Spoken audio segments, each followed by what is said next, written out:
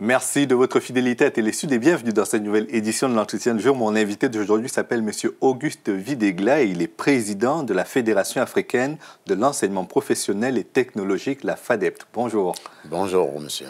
C'est un plaisir de vous recevoir parce que jusqu'à présent, parler d'enseignement technologique et professionnel, ce n'est pas ce qui est vraiment tendance. Ah, tout à fait, absolument.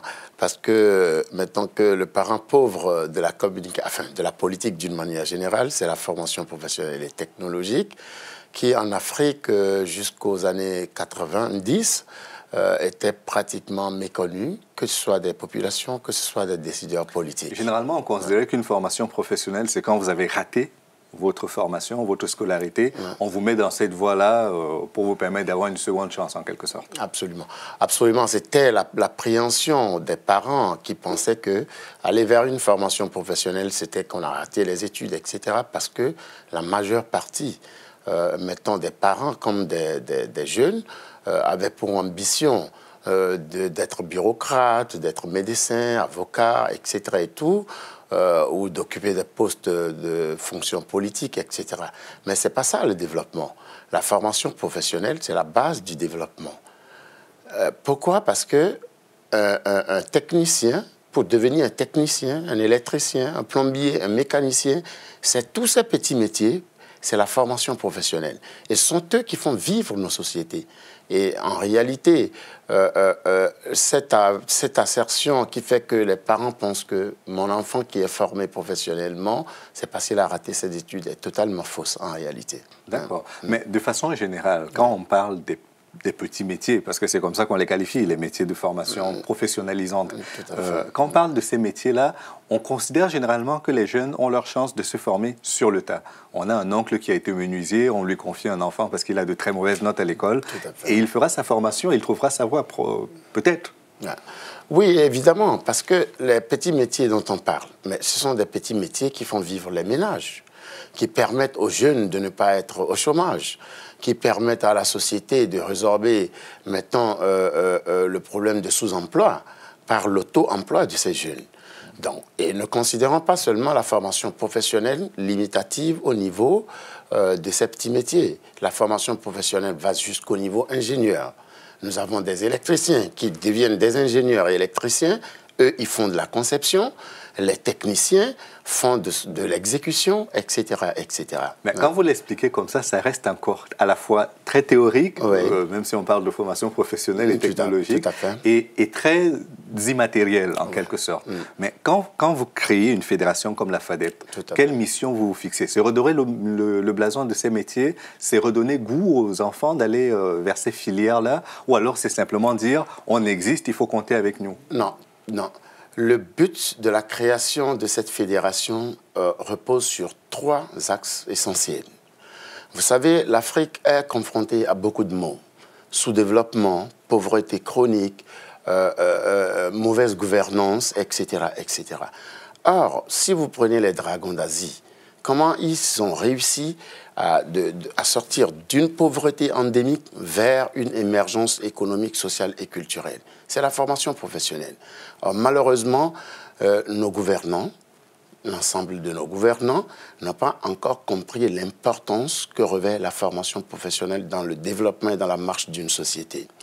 L'objectif numéro 1 de la fédération serait d'abord d'être le porte-voix des avantages pour un État, pour un gouvernement, de mettre en priorité et de définir des budgets conséquents pour créer des écoles dignes de ce nom, pour investir énormément dans la formation professionnelle. Le second axe serait d'abord aussi de définir les curricula, les programmes métiers.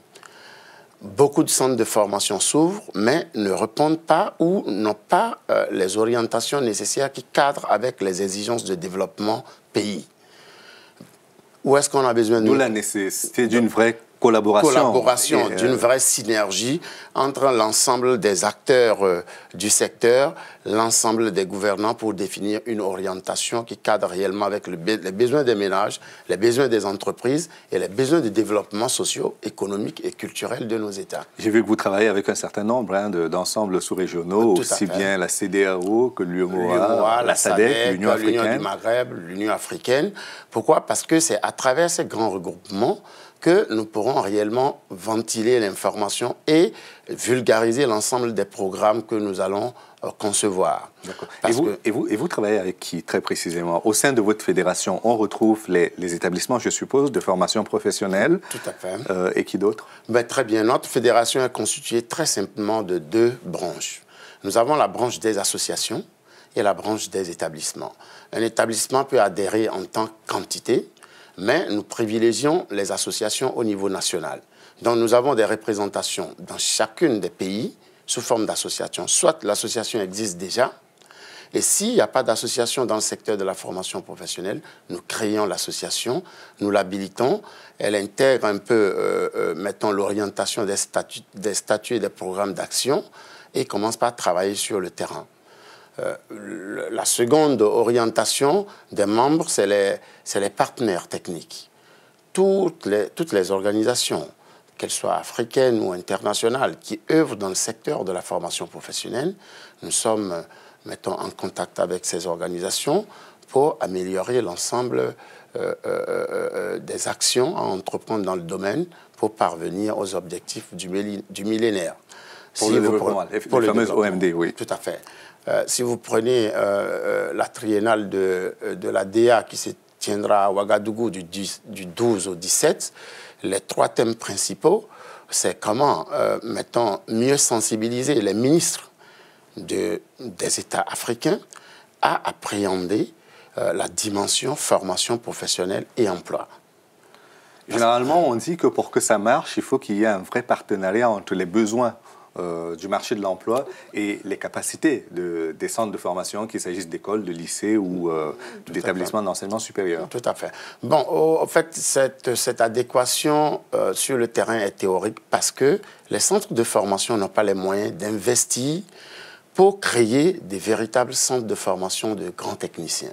La majeure partie intervient dans le secteur tertiaire, notamment la formation de comptables, de secrétaires, de commerciaux, etc.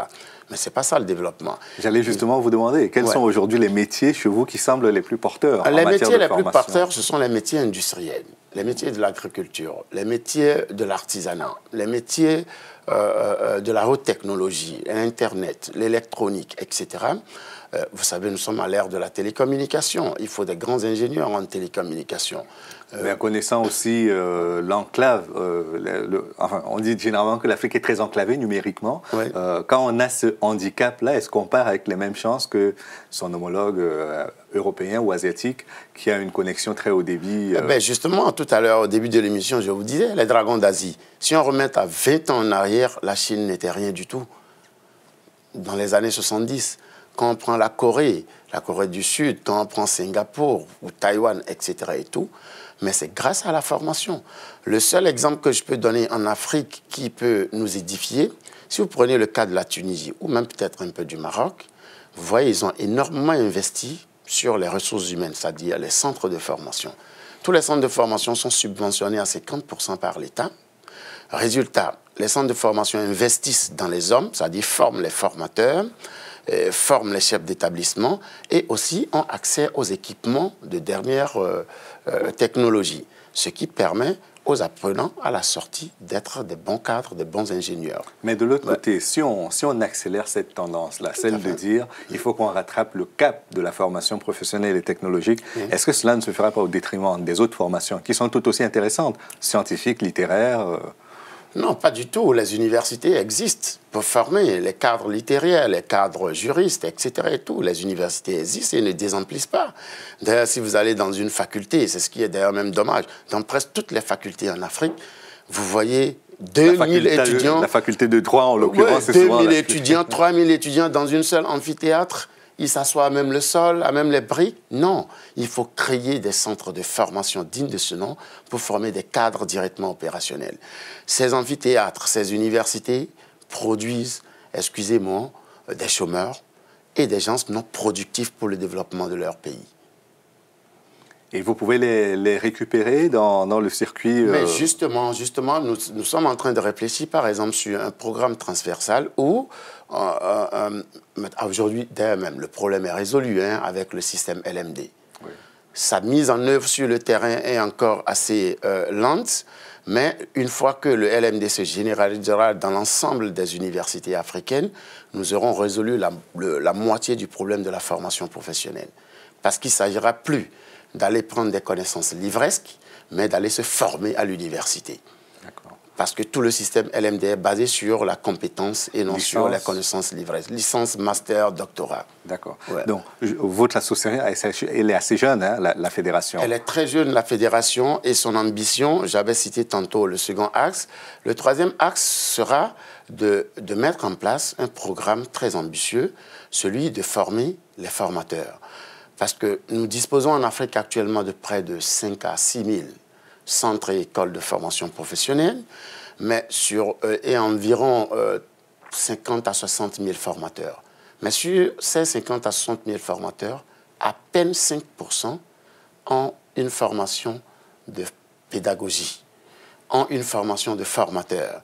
Donc la plupart, ce sont des diplômés sans emploi qui sont récupérés par ces écoles et qui forment ces jeunes. Du mieux qu'elles peuvent. Du mieux qu'elles peuvent.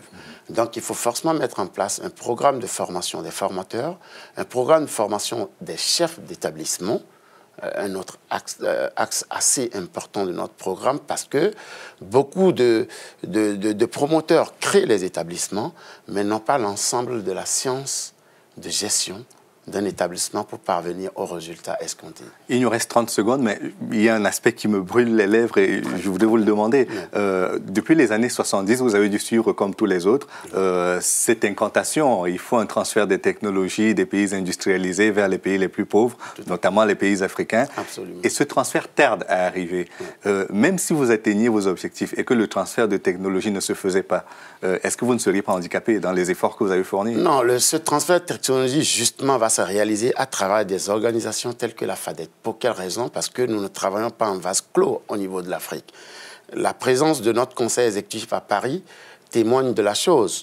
Nous rentrons en contact avec l'ensemble des industriels tels que l'UMM, tels que Codifor, pour voir dans quelle mesure nous allons pouvoir travailler avec les industriels européens pour que graduellement nos écoles et nos centres de formation ne soient plus des écoles ou des centres de formation simplement théoriques, mais des écoles pilotes où il y a la formation en alternance. Très bien. École, entreprise. Merci beaucoup, M. Auguste Videgla. Je rappelle que vous êtes le président de la Fédération africaine de l'enseignement professionnel et technologique, la FADEF. Merci d'être venu. Merci beaucoup, monsieur. Et merci à vous d'avoir suivi cette émission jusqu'à son terme. Rendez-vous demain pour une autre édition de L'Entretien du jour. À bientôt.